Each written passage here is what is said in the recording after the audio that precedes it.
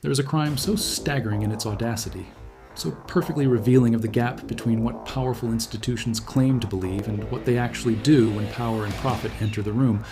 that when the news of it reached Pope Innocent III in the spring of 1204, a man who had authorized the entire enterprise and who was not by any measure a naive observer of human wickedness,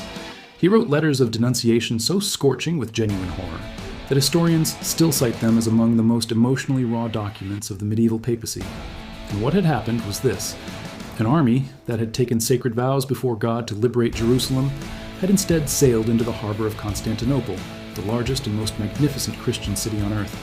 and burned it, and looted it, and murdered its people in the streets, and installed a Flemish count on the throne of the Eastern Roman Empire, and called it the will of heaven. And the smell that hung over Constantinople in April 1204 was the smell of burning libraries and melted gold, and something older and more irreplaceable than either, the smell of a civilizational trust so completely destroyed that 800 years of subsequent history have not rebuilt it. And the question that the smoke of that burning has been asking across 8 centuries is not merely how this happened. The mechanics are documented with damning precision. The question is what the Fourth Crusade reveals about the relationship between sacred language and imperial appetite that no civilization has ever honestly answered about itself.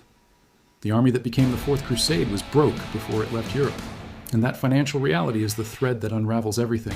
Because when the crusading leadership contracted with Venice in 1201 for transport ships to carry them to Egypt, they promised 85,000 marks and the delivery of far fewer soldiers than they had pledged. And when the army assembled at Venice in the summer of 1202, it was roughly a third smaller than projected and correspondingly unable to pay.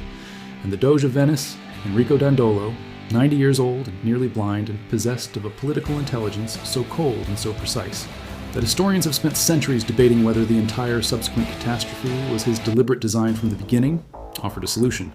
Attacked the Christian city of Zara on the Adriatic coast, a commercial rival of Venice in lieu of partial payment, and the crusading army, trapped by its own debt with winter approaching and no alternative,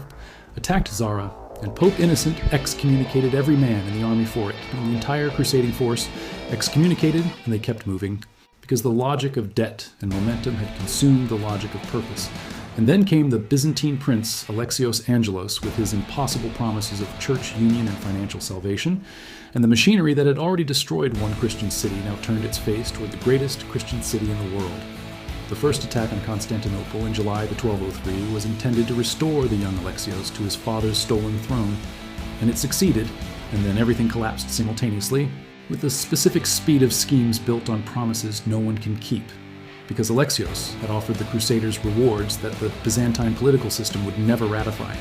church union with Rome that the Orthodox population rejected, with a fury that made Alexios' position instantly untenable, financial payments that required stripping the Byzantine churches of their treasures, and that made the population despise him. And within months, Alexios was strangled in a palace coup. And a new emperor who owed the Crusaders nothing told them to leave.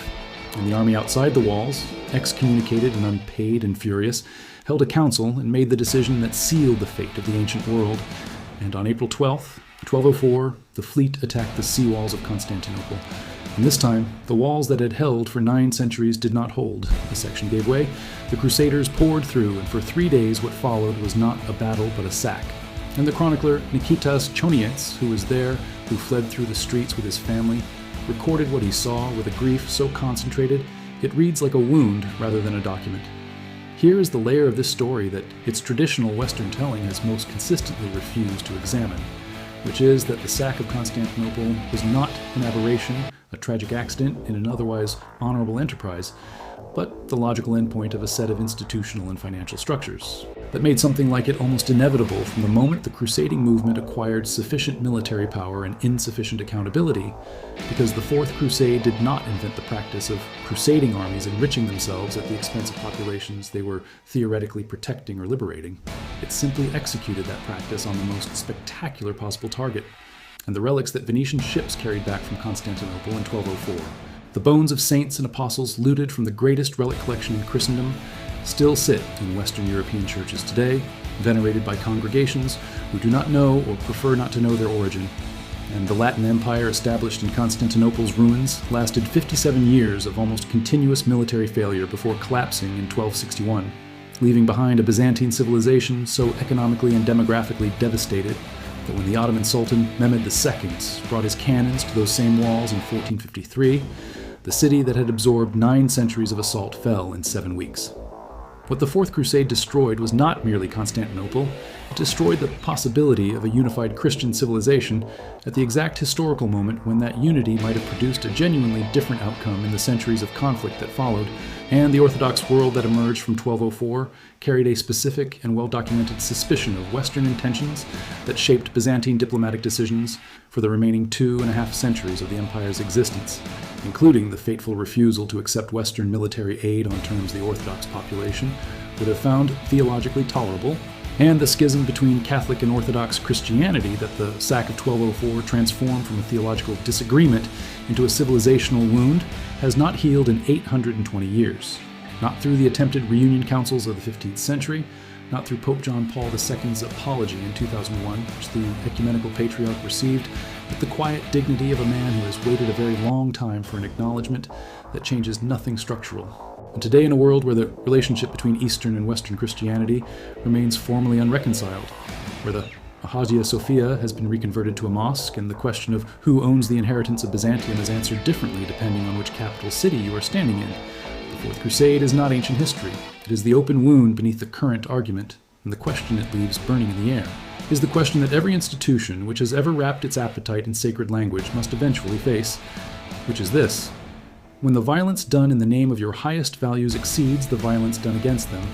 at what point does the name itself become the lie? And who has the standing to say so? And why has no one with that standing ever quite managed to say it plainly enough to make it stop?